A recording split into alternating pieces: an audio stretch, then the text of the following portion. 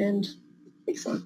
All right. So hi, everyone. Tania Moloney here. And today I'm really excited to have an amazing lady who I'm a bit envious of, actually, and her talents.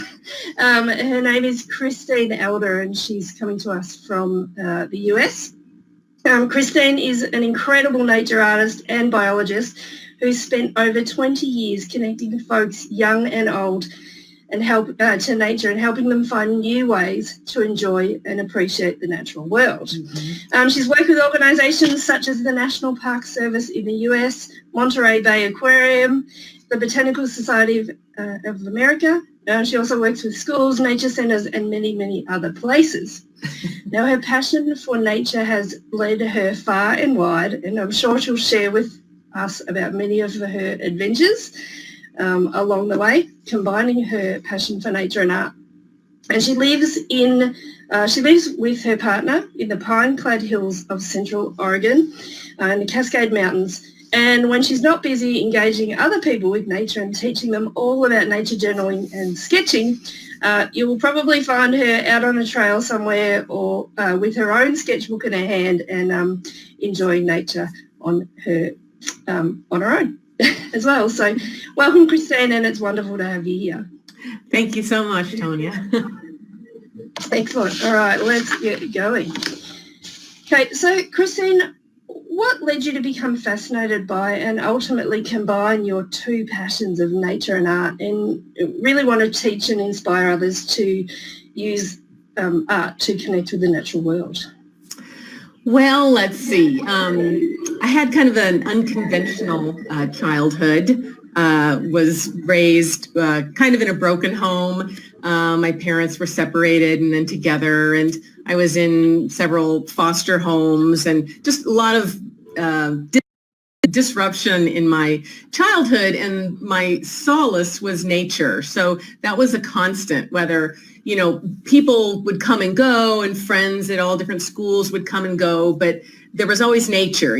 There was always a backyard or a city park or, something like that. And so I found that was my, balance in my life. And so I always, loved animals. I had horses. I would just spend a lot of time outdoors on my own after school to kind of stay away from my parents that were fighting. And so I just found it to be a really therapeutic place. And then at night when I'd come home, I just did a lot of crafting.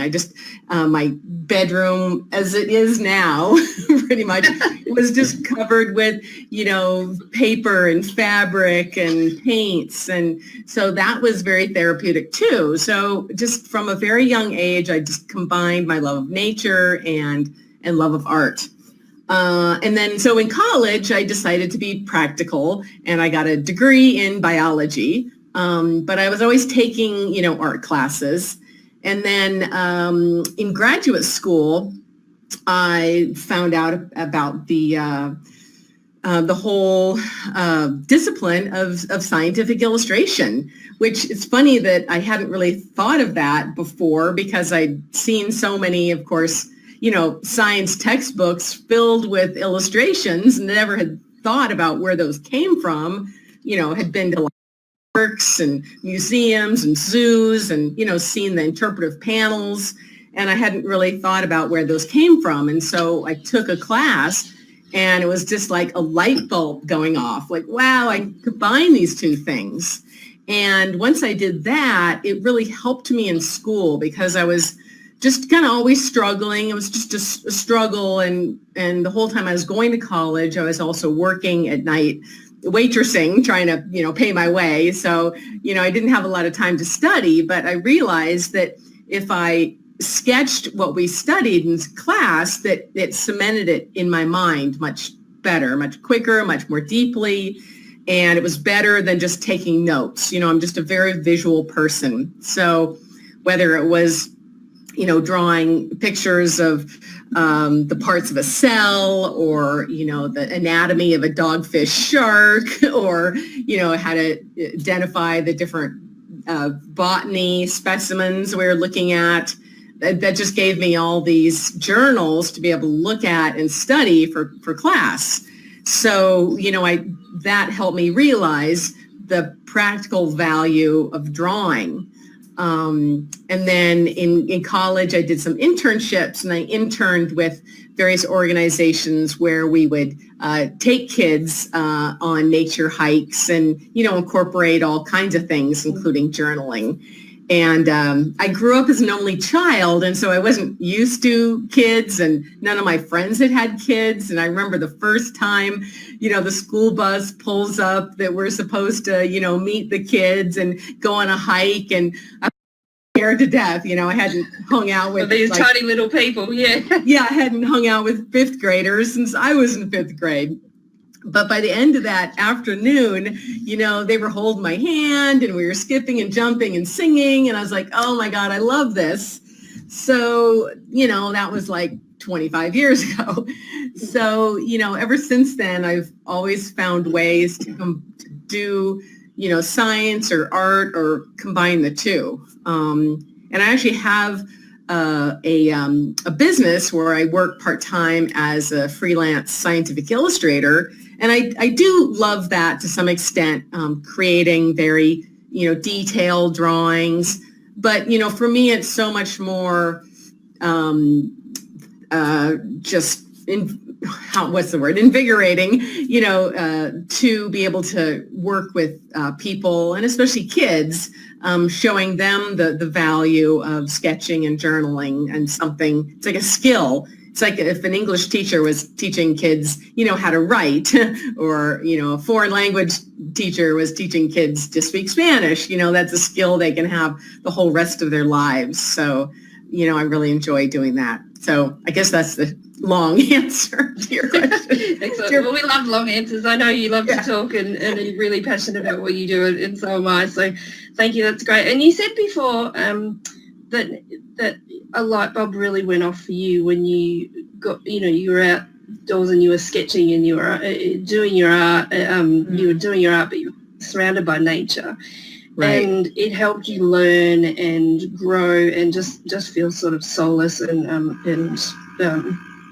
calm and a bit of an escape from nature.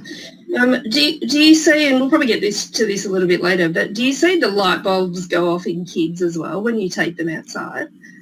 Oh yeah, especially. Yeah, I was just at a state park last weekend for a Mother's Day event, and we had lots of kids that were maybe like 10 years old, and just getting outside with them and just, empowering them, because kids are so naturally creative and inquisitive, and they're not afraid of anything. It's the parents that, can sometimes say, oh, don't touch that, it'll poison you, or don't get muddy, or that's dirty, clean your hands. And I love it when I can just get kids out into the temperate rainforest that we have here, and and just sit down under a tree and just start drawing and not worry about the product. Just enjoy the process of being out there and watching, Very good. Excellent.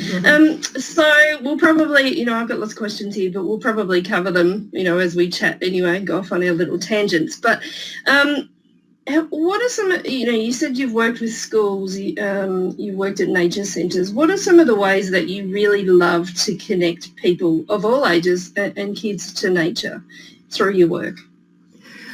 Well, I'm really multidisciplinary.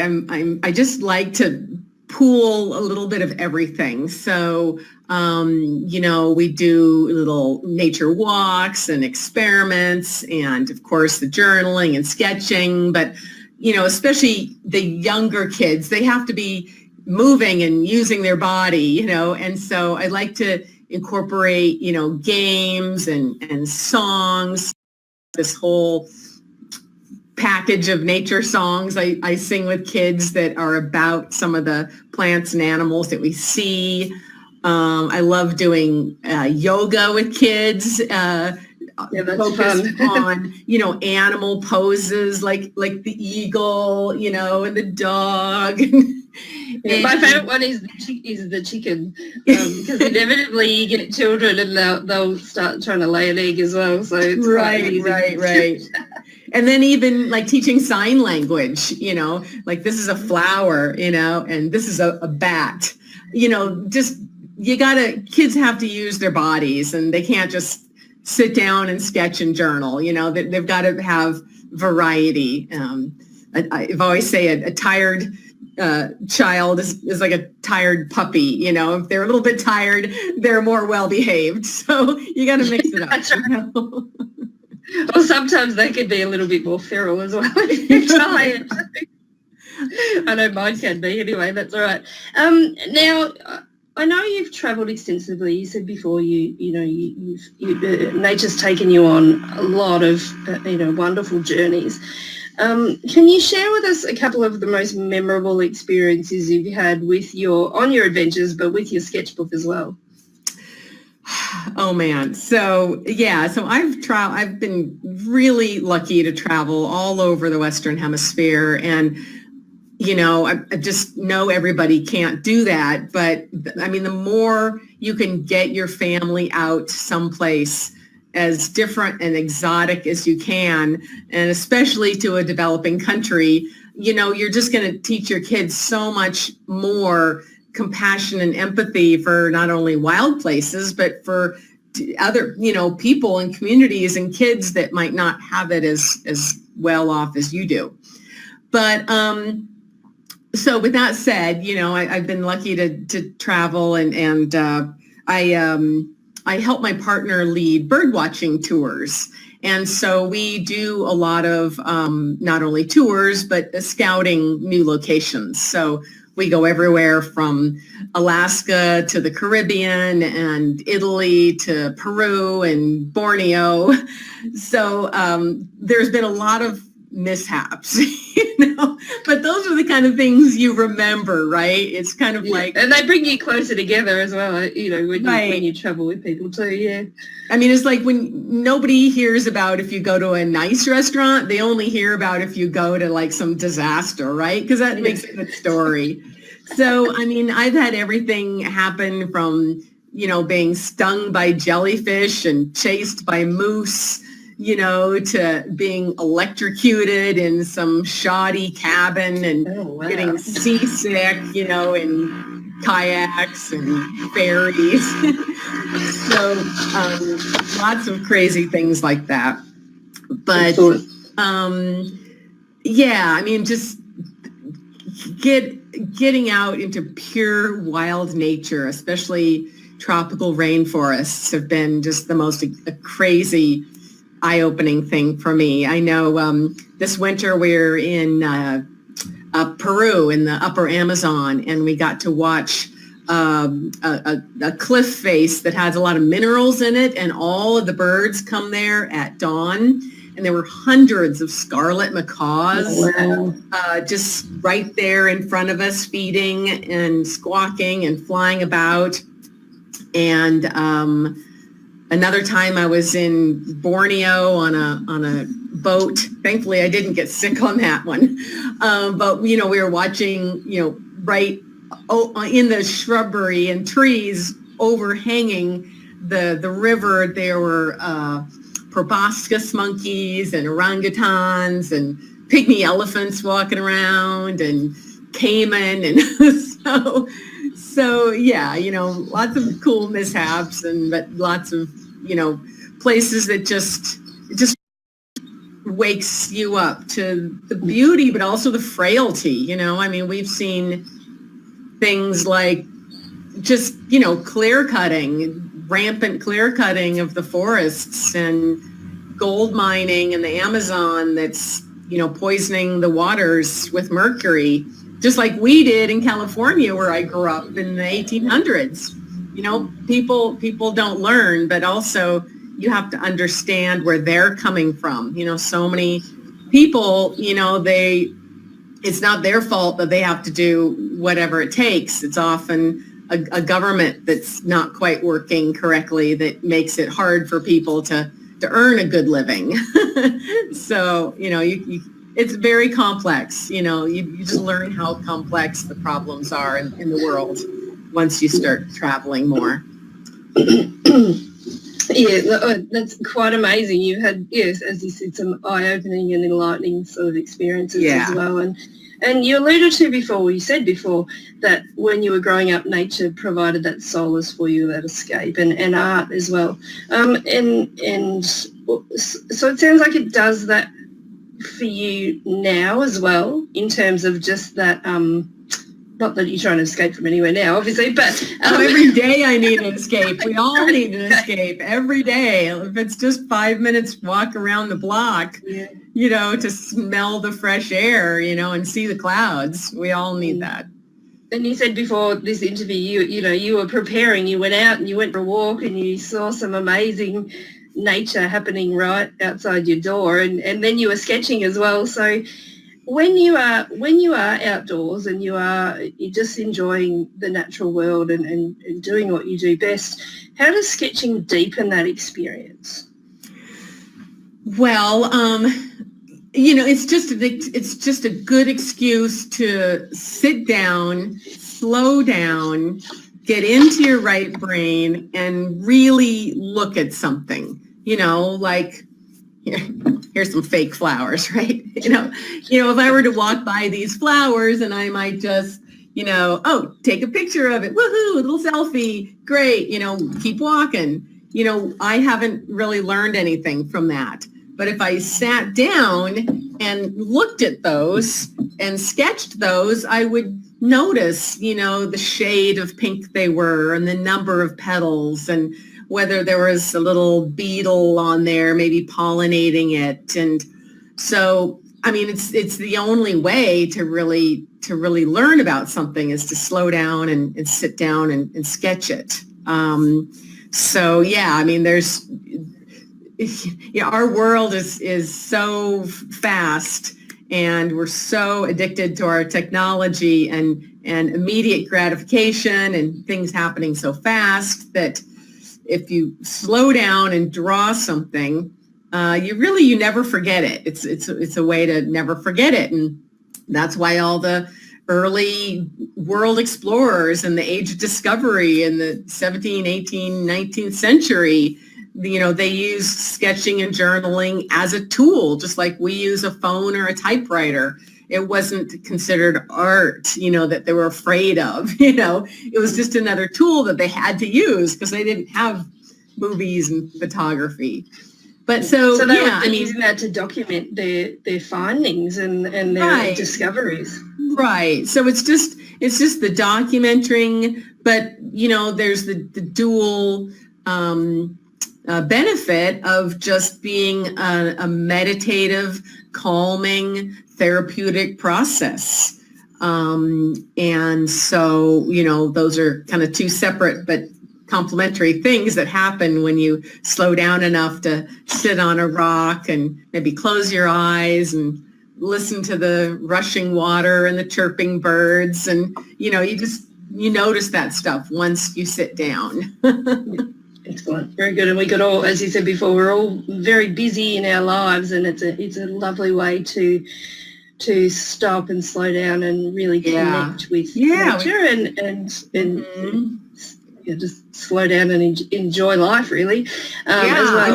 We've got to reduce those stress hormones. We are so stressed that it's, shortening our lives. And so when people tell me, oh, I don't have the time, to go out in nature, or especially I don't have the time to sit down and draw something, it's like, well, you really don't not have the time, because if you keep living at this pace and this stress hormones build up, you're going to get a heart attack and die at 50, So it really is therapeutic, as eating healthy or going to yoga or getting enough sleep, Absolutely. Now, let's get into, I guess, more of the specifics of what you do.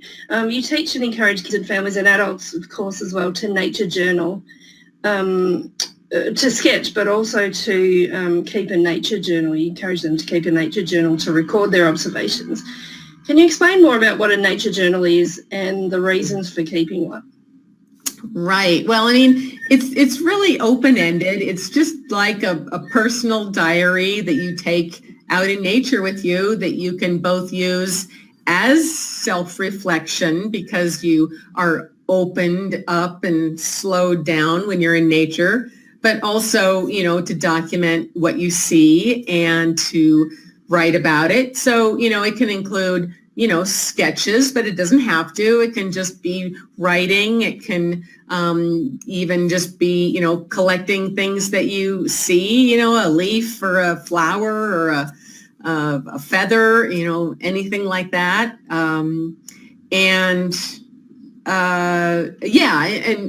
You can go a lot deeper with that too. I don't know if you're going to ask me later, but, if you're a parent trying to homeschool or, educate your kids in the summer and keep them, keep their science skills up, you can use that as a way to focus them. And not only science, but throwing in the art and the literature and history. And I mean, there's so many other things that you can tie in there.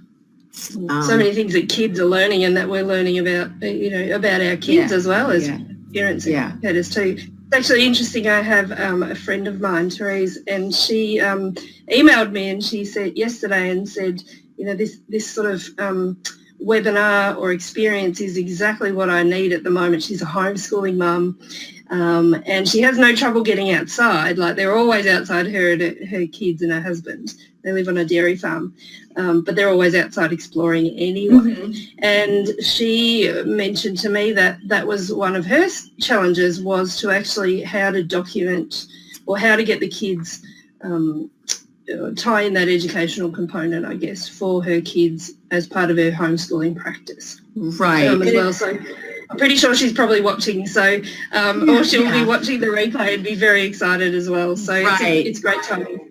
And it totally depends on the age, but pretty much you can tie in any of the standards, the teaching standards of different grades into this. So like, I primarily work with kind of middle school ages, like 10 to 14 or so. And that's kind of that age where they have the perfect balance of having acquired the fine motor skills to be able to write and draw more realistically, and they really have the desire to start to draw things the way they look. But they're also developed enough to understand the science concepts that they're also getting in school, like, life cycles and food webs and anatomy and ecology and natural history. So all of those things you can incorporate. Excellent. Now, this is something I was going to mention later, but we can talk about it right now. Yesterday, I run a bush play group, and so they're toddlers, between 2 and 5 years old, preschoolers. And I thought we'd make our own little nature journals. So, big ones actually, because the kids like the big ones. So this is mine. Oh, great. Screen. That's me as a nature explorer. Okay. From there. And so we made our nature journals and we took them outdoors and they're toddlers. So they were kind of engaged for about 36 seconds in actually drawing, and then they went off to play in the dirt, which was fun. And then one of the little boys decided that he wanted to make his nature journal out of the things that we found, which was perfectly great for his age. So he was, going and collecting the dirt and plonking it down on his nature journal and rubbing it in. Yeah. So for those of us, and I had to just stand back and think, no, he doesn't have to do exactly what I want him to do, because he's not, he's not kind of at that stage yet, but it was perfect for him. And they had a ball, the kids. So my nature journal ended up covered in dirt as well, which was really fun. So a nice memory for me as well. But when you take kids out of that sort of age, of those younger ages, what are some of the prompts that you can give them, or some of the ways that you can help them kind of engage with that activity? Right. It is challenging. Families often have, a toddler and then a middle schooler and then the parent who also wants to do something engaging out in nature. So, that is challenging. But, one way is you could enlist them to be your little science helper, and so if you were going to try to sketch let's say the fake flowers again. If you want to sit there and look at them, you could ask them, can you help me while I'm looking at the paper drawing? Could you tell me what color this is? And could you, tell me how many petals it has and what kind of, are there any other bugs crawling on it? And, that kind of thing. But also, like you were saying, they're running around collecting things. So since they don't have the fine motor skills, but they love to run around and touch things, you could always use the ground sort of as your palette and have kids collect little river rocks, and then they could make sort of a drawing of a fish next to the river in a big, with a lot of river rocks, or with lots of driftwood or sticks, they could design something. It doesn't really matter how it happens, whether it's some activity like that or journaling or sketching. It's just, for me, it's just the concept of if I'm, inspiring kids to learn anything about nature, they're going to have more understanding and more empathy for it, and eventually more of a conservation ethic as they grow up. So, there's a million ways to do that. And I think you're going to link to my my journal that I created, my Nature Sketching for All Ages booklet that's on my website, right? So that's got lots of great ideas, and I'm sharing that with your group. And so that's something they can keep and take with them. But excellent. Yeah, it's a challenge when you've got lots of people of all ages.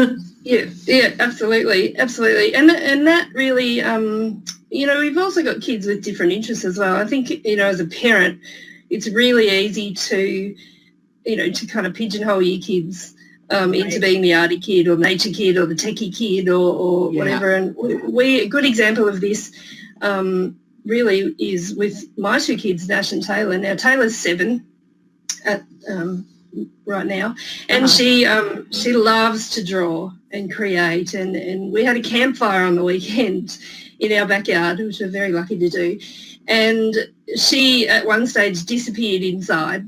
And I thought she was nicking all the marshmallows that I'd left on the table for later. But when I went into her inside and I went into her bedroom, she was actually sketching the campfire. Oh, and just, cool. Naturally doing that. So I encouraged her then to bring the sketchbook outside and do that as well, which she did. And that's great. But my son, Nash, who's 9, he's not so kind of naturally inclined to pick up a pencil and draw. But he does love the way things, he loves working out the way things work and the details of things, very detail oriented. Mm-hmm. So, I probably don't encourage him as much as I should to do things like this because naturally as a parent, I pigeonhole him in that. Yeah. So how can I encourage a child who's maybe not so naturally inclined to do that, to get out and start? Right. Well, one thought is, you don't have to force them to do a journal. Like we said, there's lots of other ways, including all the fun things you do in your program to inspire them about nature. And also, your daughter reminded me that, if you have a campfire with the sticks that are cold, once they've been in the campfire, they've got the carbon on the end. Kids could use those just like the cave people did, and they could draw on the sidewalk or, on the side of a rock, some kind of, well, like where you live, some kind of Aboriginal pointillism, kind of idea. So that's something younger kids could do. But yeah, the charcoal's always fun to draw with and create with. Yeah, you know, but getting back to your question, you know, I do love you know, nature journaling because it's kind of a gateway for cross-curricular. So maybe kids like art, but maybe they don't like science so much. You could have them drawing something and trying to put a little bit more focus on like the anatomy of what they're drawing and let them, you know, naturally do the artistic part. Whereas kids that don't like art and might like science or tech, you know, they could kind of focus on that more, but they're still going to be drawing something in their journal. Maybe it might be more symbolic, you know, diagrammatic or like a map kind of thing. It doesn't have to try to look three-dimensional and realistic. So yeah, you can just get kids into science and art into science and back and forth. But yeah.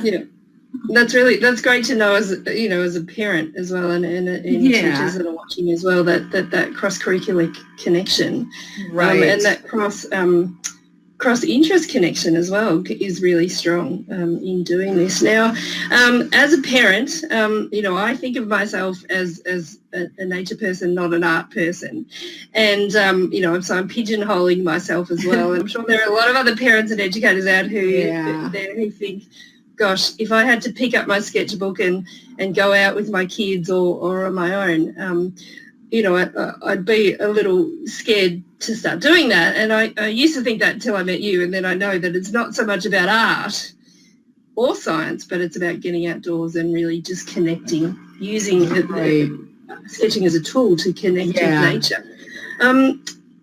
You know, what... And one of the big barriers for, you know, that's one of the big barriers for parents is that I'm not sure that I know how to do something or I know enough about nature to take my kids outdoors and teach them how to do it. Right.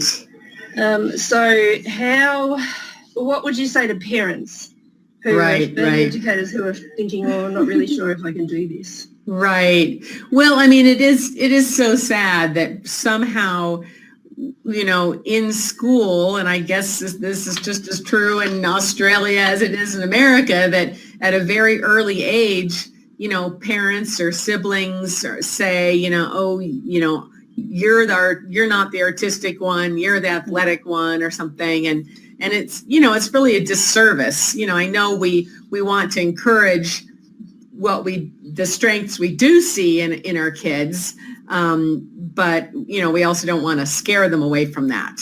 But in terms of, you know, parents, you know, not knowing where to start, I think it's just start with curiosity. That's all. You know, you don't have to know the answers. You don't even have to know how many legs an insect is supposed to have, you know, compared to a spider. It's just natural curiosity. You can just almost pretend again that, like you're, you know, Alexander von Humboldt or, you know, whoever was exploring Australia, you know, or Darwin or Alfred Russel Wallace, you know, you can just pretend you're an explorer and you're out there with just open eyes and you're just discovering along with your children, and you just go out there and say, wow, look at this. What do you think it is? You know, just curious, because kids like to actually discover things themselves. You know, how the minute a child asks you, like, what's the name of that bird or what's the name of that flower, and you tell them, they're like, okay, great, off to the next thing. And so it's actually better, like almost like the less that you know, because then they're having to discover, and it's almost like a game. Like, okay, let's look at this, you know, like ladybug here. Let's look at how many spots it has. Let's look at how many legs it has, and does it have antennae? Does it have eyes? You know, what's on there? Let's discover that and try to draw it. And if we can't draw it, let's just take some little notes and pretend we're some explorer and we've discovered this species might be the only one of its kind ever, and we're the first one to see it and maybe the last. You know, make it a game. And then say, hey, let's bring our little drawings back home and see if we can look it up on the internet and see what it is. So I would just say start with curiosity and don't think about the product. Think about the process. I don't even like the word art. I try not to ever use the word art because that's just like closes some people up right away. I just like to use, we're inquiring, we're writing, we're moving the pencil on the paper, as a way to discover, and that's it. Yeah, it's really exciting. And I'm sure many other parents and teachers as well, when they get their kids outdoors, sometimes my kids will go, well, Mum, there's nothing to do out here. And I can imagine them potentially saying, well, there's nothing to draw out here. But of course there is. And, you've Right. just given us some great ways to prompt them to make that, curiosity their goal. Yeah. Really. And one of my favorite. Sorry, go ahead. Oh yeah, and even if you said, okay, we can't see anything in this whole backyard, why don't you kneel down and look at 1 square foot in front of you, and with a magnifying lens, and see if you can see anything there. Pretend you're this big and you're looking at tiny things. What can you see? Because again, we're just so overstimulated, and we have so much access to so much color and movement, on our screens that, our senses are dulled in a way to more subtle things. So yeah, I would say focus in on something small. Like today I was walking in the forest, and there are all these pine trees. And I looked on the bark of the pine tree, and there was a stonefly, which is this aquatic invertebrate that hatches out, and it lands on the side of the tree, and it's perfectly camouflaged on the tree while it waits for nightfall to fly away and find a mate. And it was like this big, but it was still completely camouflaged. So just, looking at this much bark on a tree and seeing if you see any interesting camouflage things is fun. And again, it's a game. It's a game of discovery. Kids love those kind of games and contests. That's what I'd say. Yeah, no, that's great. And it really brings me to my next question, I guess, is that sometimes we don't have time as a family in our busy lives, because, that's reality, or we don't make time to go out on a hike or a big outdoor adventure. But we can observe things in our just immediate environment, and also even bring nature indoors to do this sort of inquiry, really. Yeah. And again, just looking small in your own backyard. And if you can't find anything in your own backyard, bring in a bird feeder and a bird bath and plant some native plants, and eventually you'll have something to look at. But it's hard to go for some big hike, so sometimes I suggest you could just go to like a pet store and sketch the parakeets or the tarantula, or an arboretum, or, we even, we have a dump near our house. Well, I guess everybody has a dump. And even going to the dump, if you have to do that regularly, you can see seagulls and ravens circling around and rodents crawling around. So nature's everywhere. Yeah, nature is everywhere. And even at home, my partner loves jumping spiders. Do you know what those are? Oh, they're so handsome, cute little spiders. If our spiders jumped, they're about this big. And, not like that. Life out of me. So we even have those in our house, and you have a little magnifying lens, and you could just look at that. I mean, it's amazing how many things you could find just in your house, probably that you don't even want to find. Yes, yeah, that's right. So if it's we don't have where I live, we don't have deep snow in the middle of winter or whatever, and I find that a lot of, and you probably don't in Oregon either, but I have friends who've said to me, we really struggle to get outdoors in the deep of winter. Right.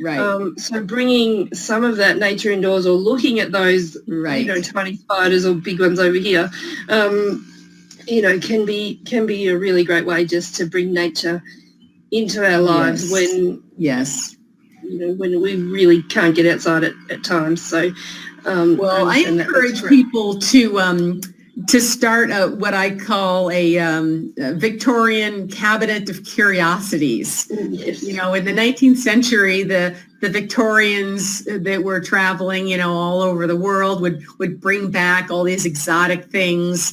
And, they would kind of have contests to see who had the most exotic cabinet of curious collections from all over the world. And, so I do that myself. And of course, you don't have to travel all over the world. It's amazing how many things you can just find at a local craft store, like seashells and feathers. But I collect, bones and, dead birds. People always give me dead birds to sketch. So I've got some in the refrigerator right there. But like snake skins and fossils and gems and minerals. So you can, work on that collection all year long and have that to refer to in the deep depths of winter. And I have a big story on that on my website. If you look and type in cabinet or something of curiosities, you'll find a big long blog post where I list a lot of the things that I collect and places you can buy some of that kind of thing too if you can't find it out in nature. Yeah, fantastic. Well, we've started doing a little cabinet of curiosity here at home, and I've been making them out of old dolls' houses. Not dolls' houses, old jewelry boxes, like that actually look like cabinets. They're kind of mini ones. And, You're curating. You're a curator. Yes, curator, yes. And, for kids who go out and collect, like my kids go out and collect sticks and stones and rocks and shells and dead things as well. But to have somewhere to put those, rather than just they're all over the bedroom floor or the washing machine or wherever they end up. To be able to go back to and be curious is really cool. So I love that cabinet of curiosities idea. So, and we've been naturally doing that, which is really cool. So I might post some of my pictures of my cabinets, and they're really cool. And I just bought them at the op shop or the thrift shop. So it was really fun to do that. So all right, now let's get back to some questions. In terms of going out and maybe we go out and we find something in nature that we really want to sketch later on, but we don't have time or we don't have our pencil and notebook with us. One of the things that I always encourage, and I know you do too, is just to leave only footprints. Really, and not take things from nature, too much from nature. Anyway, little collections are okay for our cabinets.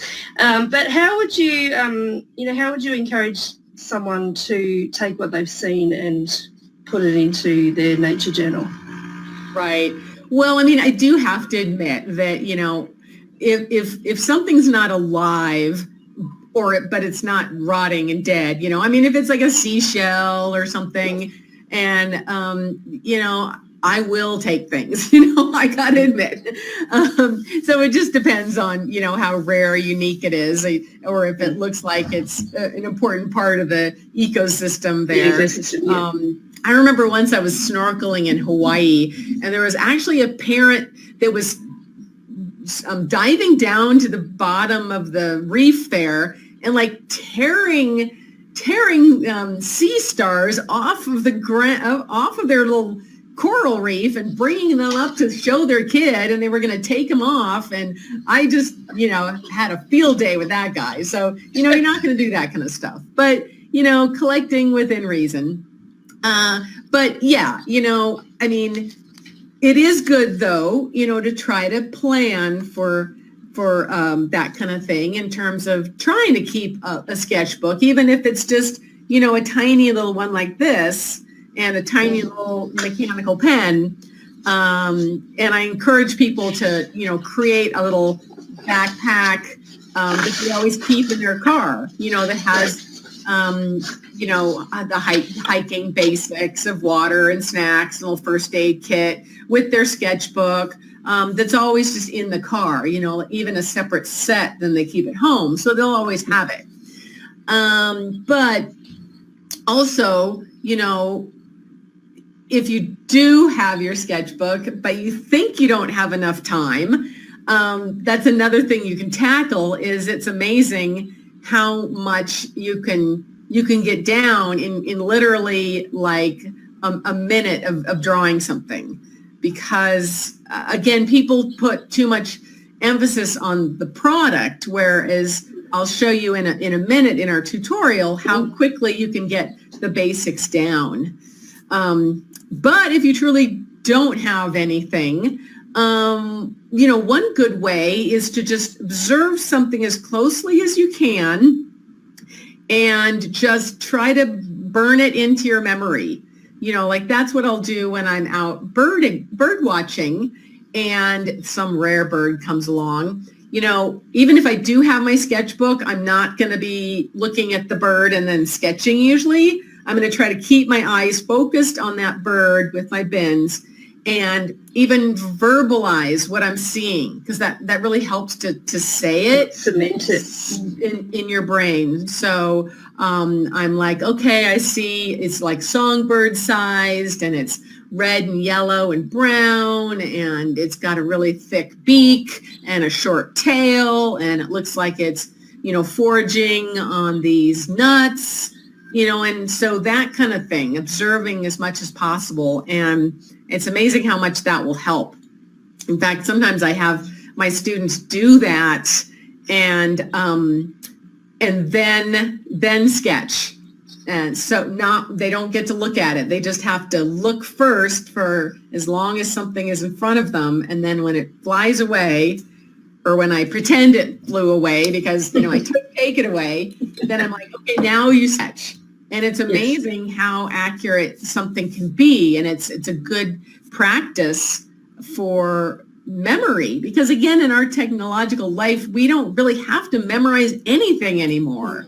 Our ancestors, didn't have writing, and they had to memorize all the stories and all the history and pass those down through the generations. And it seems like we've really lost a lot of our long-term and short-term memory abilities, because everything's there at the the click of a button, tap of a screen. So yeah, that's what I'd say. Just observe and verbalize as much as you can. Absolutely. And then that for kids especially, that helps them, as you said before, cement what they're seeing and what they're learning, and that even the oral language that comes out of that sort of process is really important for kids of all ages. So that's good. And my short-term memory and long-term memory, particularly since I've had my kids, has just completely gone. So this is going to help me as well. Yeah, going to help me as well. So now you talked before about just getting out with maybe a tiny sketchbook and having a backpack. Is there anything else really, or any particular gear or equipment you would say to have in that backpack? Just really simple stuff for families to be able to get. Yeah, I think the simpler the better, because if you have too much stuff, it's going to be too complicated. So I really like a mechanical pencil. Is that the word you guys use? For the pencil? I'm not sure. I don't know, where is one? The kind that you don't sharpen, the kind that comes through and you don't sharpen it and you just click it, Because then a notebook, and I prefer a hardbound so that it's not wimpy, and spiral as well, so that you can kind of fold it back and draw on it easily, or if you don't have that and that's too expensive, even, like just a clipboard with some loose paper. But yeah, a little sketchbook and pencil is the best. And again, in that booklet that you're going to link to, I have this giant list of all kinds of other fun things you can pack in both your field kit for your sketching, as well as just things you should have for safety out on a trip, like sting ease in case you get stung by some kind of noxious animal. Yeah, which is pretty common over here. Yeah, well, not common, but it's potentially some dangerous things. Things that you can't just put a topical on. No. Yeah. No. We have lots of those sort of things. So even things like, just having a little magnifying glass, as you said before, getting out indoors, or a pair of, binoculars that you can find at a store. That's a little problematic because, a lot of times people want to just get something cheap because they think the kids will break it. But then if it's too cheap, you can't see anything and you can't focus it. And then the kids just get more frustrated, So there's a certain age, I think you have like maybe being at least 10 or so where you can understand the concept of focusing them and using them. But just a magnifying lens. I have this. Oh yeah, I got to show you this. Just while Christine is going and getting something very exciting to show us, hang on one second. If you've got any questions for Christine, write them in the chat box, and because after Christine does her little demo in a moment, we're going to get to those questions. So have a think about the questions, write them in the chat box, and then we'll go through if there are any as well. But back to you, Christine. Well, I just found this cool magnifying lens that is, totally flexible and cheap and small, and you can't break it. I got it at my AAA car place. Oh, wow. The travel place. But this is something that's like totally indestructible, totally lightweight, and it really, works. Oh, wow, it does, yeah. Isn't that cool? But yeah, look at my list in the booklet that you can link to, and there'll be a lot of other things. Yeah, excellent. Very good. All right. So now we're up to, we've talked about lots of great things, but now we're up to the hands-on part of the interview where Christine's going to demonstrate. I'll let her explain more about that. So I'm going to turn my camera off and my mic off for a little bit. I'm going to check any of your questions that are in the chat box, and I will let Christine go right ahead and show you what she does and how she does it. Okay, let's see. I'm going to try to turn my screen on here, screen sharing. There. Okay, there. I hope you guys can see that. So, usually let's see. Yeah, I think that's as big as it gets. Usually I demonstrate sketching, live with a real sketchbook, but this is my digital drawing pad here. And I don't usually use this, but hopefully it'll work. And so can you see those lines, hopefully? I don't know. I think now, Tania. Yeah, we can. Yes, we can see them. It's great. So, this is just really quick showing you how quickly and loosely you can work in the field, and also focusing on, learning about a structure while you're drawing it. So, so we've got this little ladybug here. And so if I were to see this out in the field, with my little magnifying glass, of course I could snap a picture of it for later on as well as a reference. But, again, if you're going to draw it, you'll see it so much better. So I would just, I always start with a big, the outside shape. I kind of think of myself as carving, as if it's a piece of stone. So I just look at the basic shape and notice that it's oval. And then I might notice that there's, three parts: this head and pronotum and the winged elytra. So, and also the little mouth part I see there. So I would just, start adding that in, and I'm just drawing very lightly. I can bring up a opacity a bit. So I would just start seeing that, there's this little mouthpiece, there's this little head, there's this pronotum, and all the while I'm looking back and forth. I don't know if you can tell where I'm looking, but I'm looking back and forth between my subject and my drawing. And you really do want to spend more time looking at your subject than your drawing, because you don't want to be drawing from your imagination or memory. You want to be drawing from direct observation. So, I would see that there's, a mouth and a head and a pronotum. And then, I'd look at this back part and notice that, it's these are the wings, actually. That's what's a cool thing about beetles, is they have these really hard outer structures, these two structures here that are the wings, the outer wings that they lift up almost like a helicopter. It's really cool when they fly away, because they lift those up and their membranous flying wings are actually under that, kind of like this. So anyway, I'm just looking at those basic shapes first and asking myself questions like we said earlier. I'm saying, look, where's the antennae? I see that there's two little antennae here that he uses to sense the world. And he's got he or she has a little mouth part there. And let's see, where are the eyes? I see eyes. How big are they? Are there two of them? Yes, there's two of them.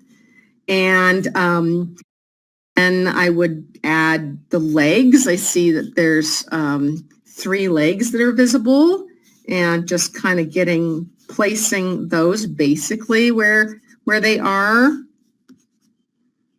And so I just work lightly a little bit everywhere, because especially if the beetle starts to walk off, walk away from me, that's all I've gotten, but at least I've gotten something. And a lot of times people will spend too long, looking at just one part and not seeing the whole picture. So, the more I look at something and the more confident I am of its shape, I'll just start drawing a little darker. I'll just start pushing down a little harder.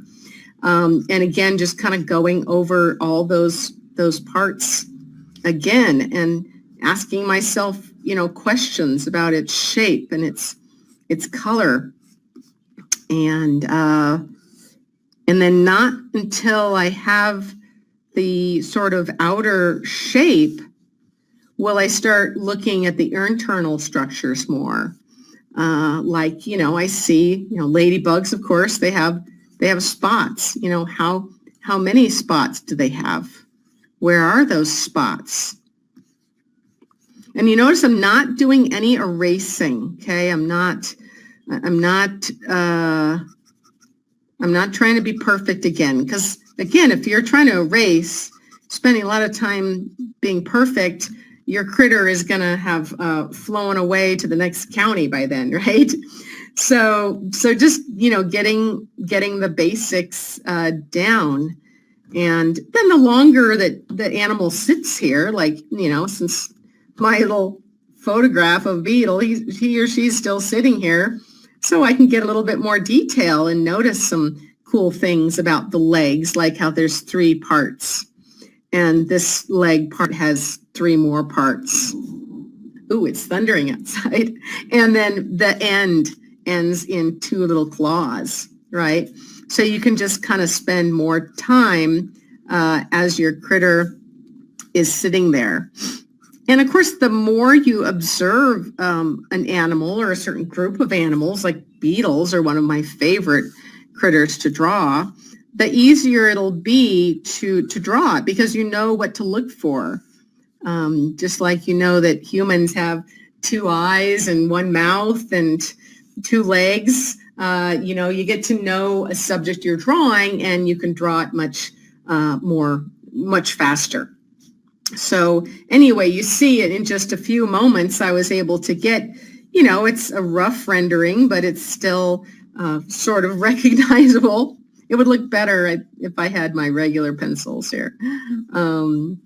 But yeah, that's the basics. So I don't want to take up too much of your time, but anyway, that's just kind of the start. It is challenging to try to draw and talk at the same time because your right and your left brain are kind of fighting each other. So it is easier to not talk, which is a nice therapeutic thing about drawing, is it gets you into that nonverbal right brain. And before you know it, you've spent 20 minutes drawing something and the time has gone by and you've completely enjoyed yourself. So, any questions or comments about that process? That was really great, Christine. Thank you. I was watching and getting a couple of questions as well while I was doing that, but I was pretty engrossed in what you were doing. So I'm sure everyone else really enjoyed that. If you can just switch your screen share off, I guess. Okay. I don't want to take away your beautiful ladybug, but if we can just switch that off, that'd be great. Oh, wait. Screen share off. Okay, there we go. Yep, there you go. Great. Excellent. Wow, this technology really worked today. I'm so excited. It's cool, isn't it? I know. We're so lucky in this day and age that we can share our passions and our skills across the world. That's, it can be challenging to deal with technology, but it can open up to sharing with people all over. So it's worth it, right? Yeah, absolutely. And we're working perfectly today, which is, I probably shouldn't speak too soon anyway. Now, we had a question from Katie. She's just tuned in from Melbourne. Here was one of my local people, and she says, I ran bush playgroups for children aged 2 to 5, and what other suggestions would you have to introduce nature journaling to really young children who are maybe learning to work with pencils and drawing? Sorry if you've covered it already. Now, I let Katie know that we had talked about that already, but can you give us a quick recap kind of just when you've got really young kids, how maybe to prompt them into journaling or using their observation skills in this way? Well, I do have to admit that I do specialize in a little older kids because they do have the combination of the knowledge of nature and the fine motor skills. But, you can modify things like you had mentioned before that you just work really big, right? You have big pieces of paper, even huge pads of newsprint, right? And instead of using pencils, you might use, big charcoal sticks or pastels. And of course that age group can't write, they can just draw a little bit.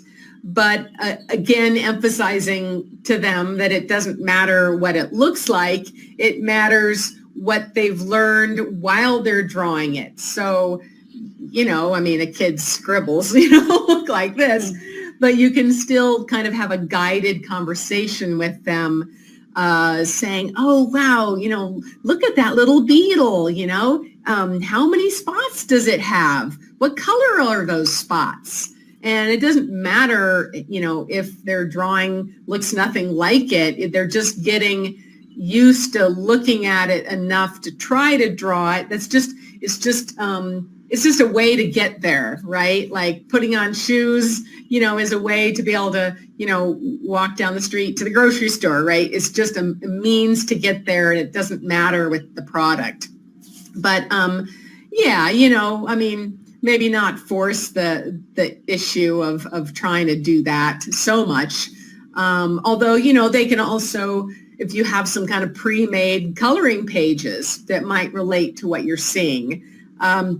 I have a lot of coloring pages on my website, some of those are, about insects or birds or mammals. And so, of course, coloring books are the rage right now. There's a coloring book for every subject, right? So there's probably a coloring book of Australian, insects or something. So, you could have that kind of thing with you in the field too, if you just wanted them to color in something existing. There's that is a challenge that I want to personally work on more, but it's not as much my expertise working with that young of age group as it is for you. So maybe we can brainstorm that some more in the future. Yeah, absolutely. I'm sure Katie can give us some good ideas there as well, and many of the other people watching and listening as well. So so that was great. That demonstration was fantastic. It's probably not going to be so interesting to watch and listen to on the podcast part of it, but I might have to edit that a little bit in that respect. But they encourage people to pick up a pencil and follow along. Yeah. They could even pause the podcast and just follow along with me and see really how easy it is. Yeah, so because the description you were giving as you were talking about it was very in-depth and detailed. So that's a great idea. All right, it stays in the podcast. Very good. Excellent. Now, before we wrap up, I just want to ask you a couple of other questions. I'll keep an eye out if any more come into the chat box. But one of the things that I love about Nuture is that I think it's a really perfect conduit for family connections.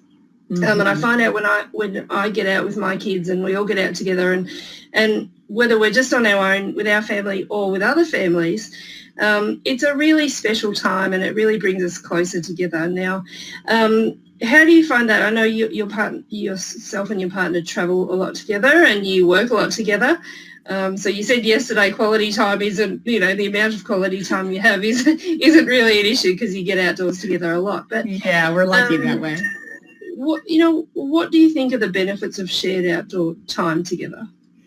Yeah, right. Again, like you said, you're sharing an experience. It's not like, a whole evening of watching TV together. That's not really a shared experience. It's amazing how many times I go to a restaurant and I see the whole family on their own separate cell phones, right?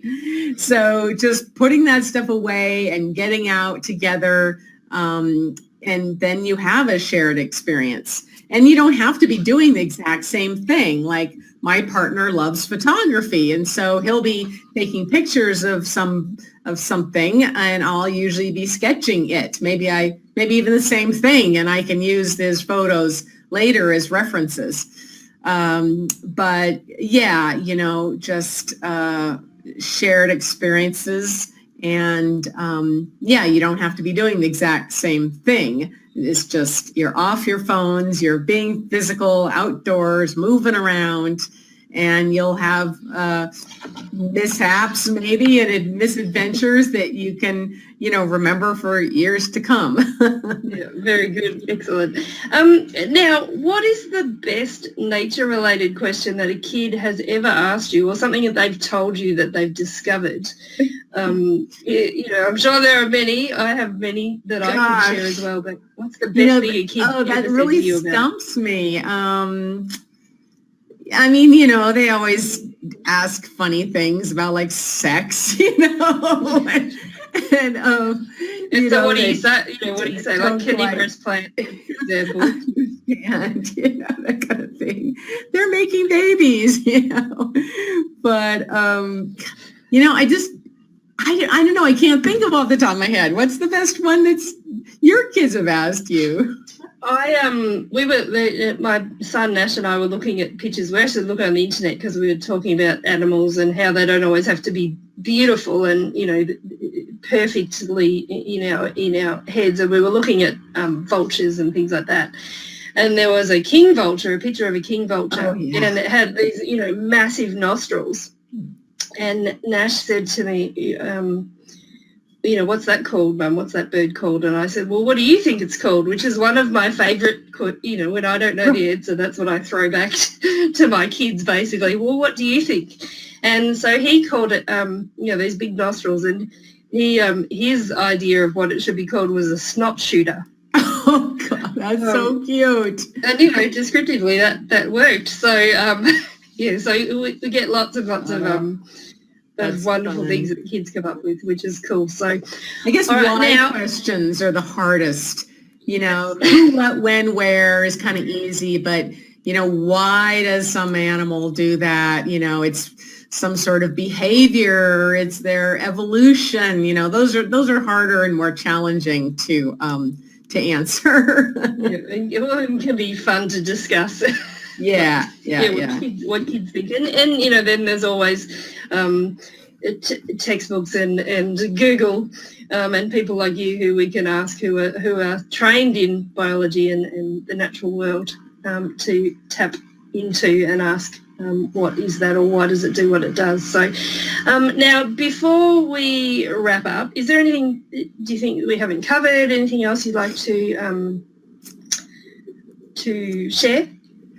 Yeah, I mean, just that, you know, I think just getting out there and doing it, following your curiosity, and, you know, go to my website, and I've got lots of free resources, including my Nature Sketching Challenge, as I call it, where you get 14 days of prompts to help you literally start from the ground up, from tools and materials to sketching and journaling prompts to building, you know, your cabinet of curiosities. And so, yeah, I mean, that's a good resource. I just enjoy, you know, giving people foundations and helping beginners. Yeah, just follow your curiosity and enjoy the world. Excellent. So what's the website? Can you tell us the website? I'll list it. It's my name, ChristineElder.com. And I think you'll put it under the notes somewhere. Yeah, I'll put it somewhere, wherever it goes, here or there. Yeah, and on Facebook, I have a Facebook group where it's called Christine's Nature Sketching Challenge as well. And that's where I do a lot of live tutorials, kind of like this, because, you know, if you're live, then it really encourages you to follow along. It's kind of more fun. So this Saturday, which isn't Saturday for you, it's Saturday at noon for me. I'm going to do a live sketching tutorial on giraffe and all about their ecology and habitat and life history and anatomy, of course, why they have a long neck and spots and that kind of stuff. And we'll be sketching it kind of like I was doing here. So that'll be live on my Christine's Nature Sketching Challenge Facebook. And you do those very often, don't you? You do those quite a lot. Yeah, I do. When I'm around, when I'm in the country, I'm gone a lot. I'm leaving for Guatemala next week. And I go to the cloud forests and look for the resplendent quetzal. Wow.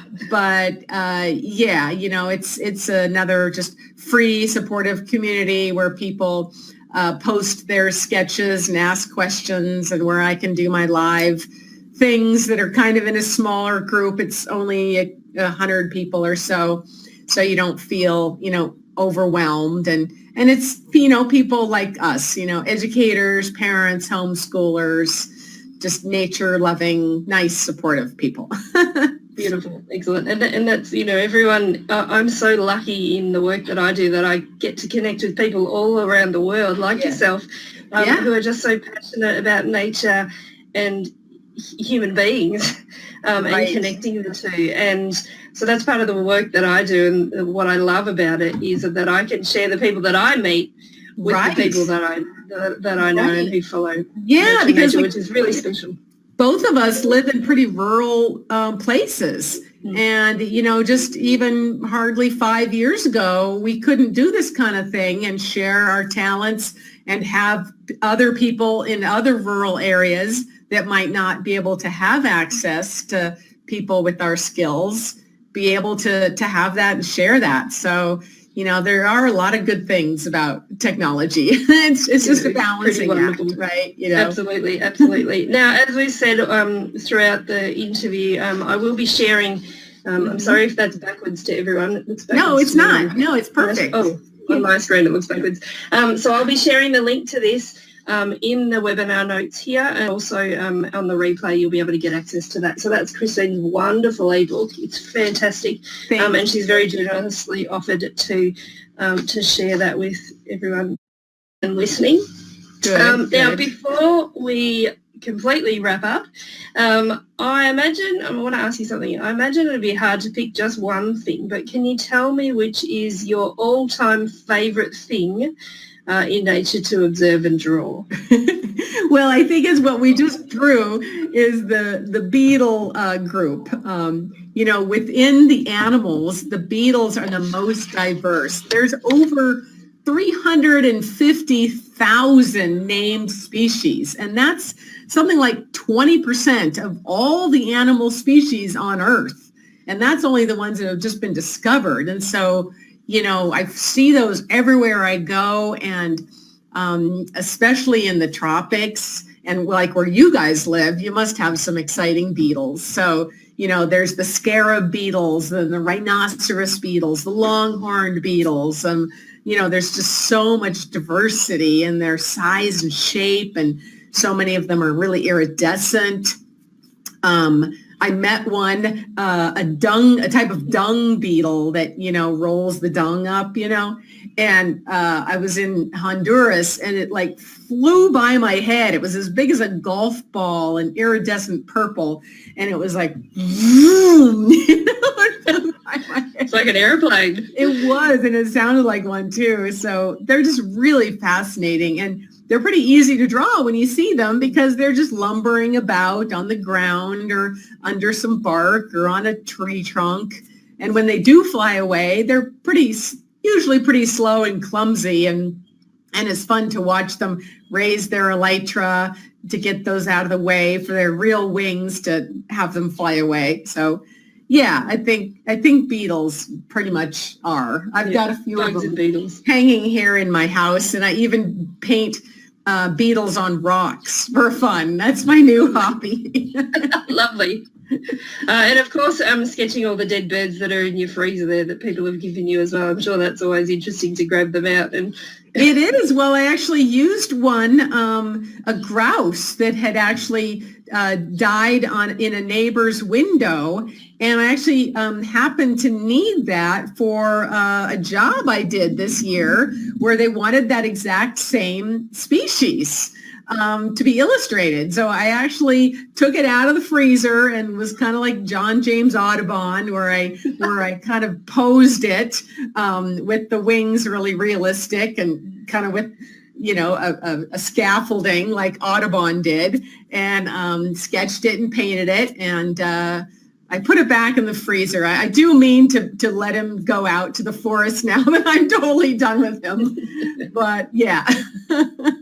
Yeah, my partner would prefer that I take them out of the freezer. That's right. If my kids are ever watching or listening to this, I'm sure I'll find some very interesting things in our freezer as well, and generally we do. So it's a good place to keep your little bits and pieces. Now, I want to thank you, Christine, for sharing your thoughts and your passion and your skill and expertise in sketching and journaling and biology and all that sort of thing as well. So I've learned a lot, and I'm certainly more ready now to pick up a notebook and head outdoors with my pencil and my kids to give this a go. So I'm sure lots of people will be interested to follow you and check out all the great things that you do. And I look forward to following along with you as well. So thank you so much, and that's it. Thank you very much. I look forward to seeing. Yeah. Great, thank you. I'm going to go take an evening walk because it is rarely here. It's raining and it's very beautiful and moist here, which we don't get much in the desert. So I'm going to go enjoy the evening. Go find some puddles to jump in and splash in and yes. Absolutely.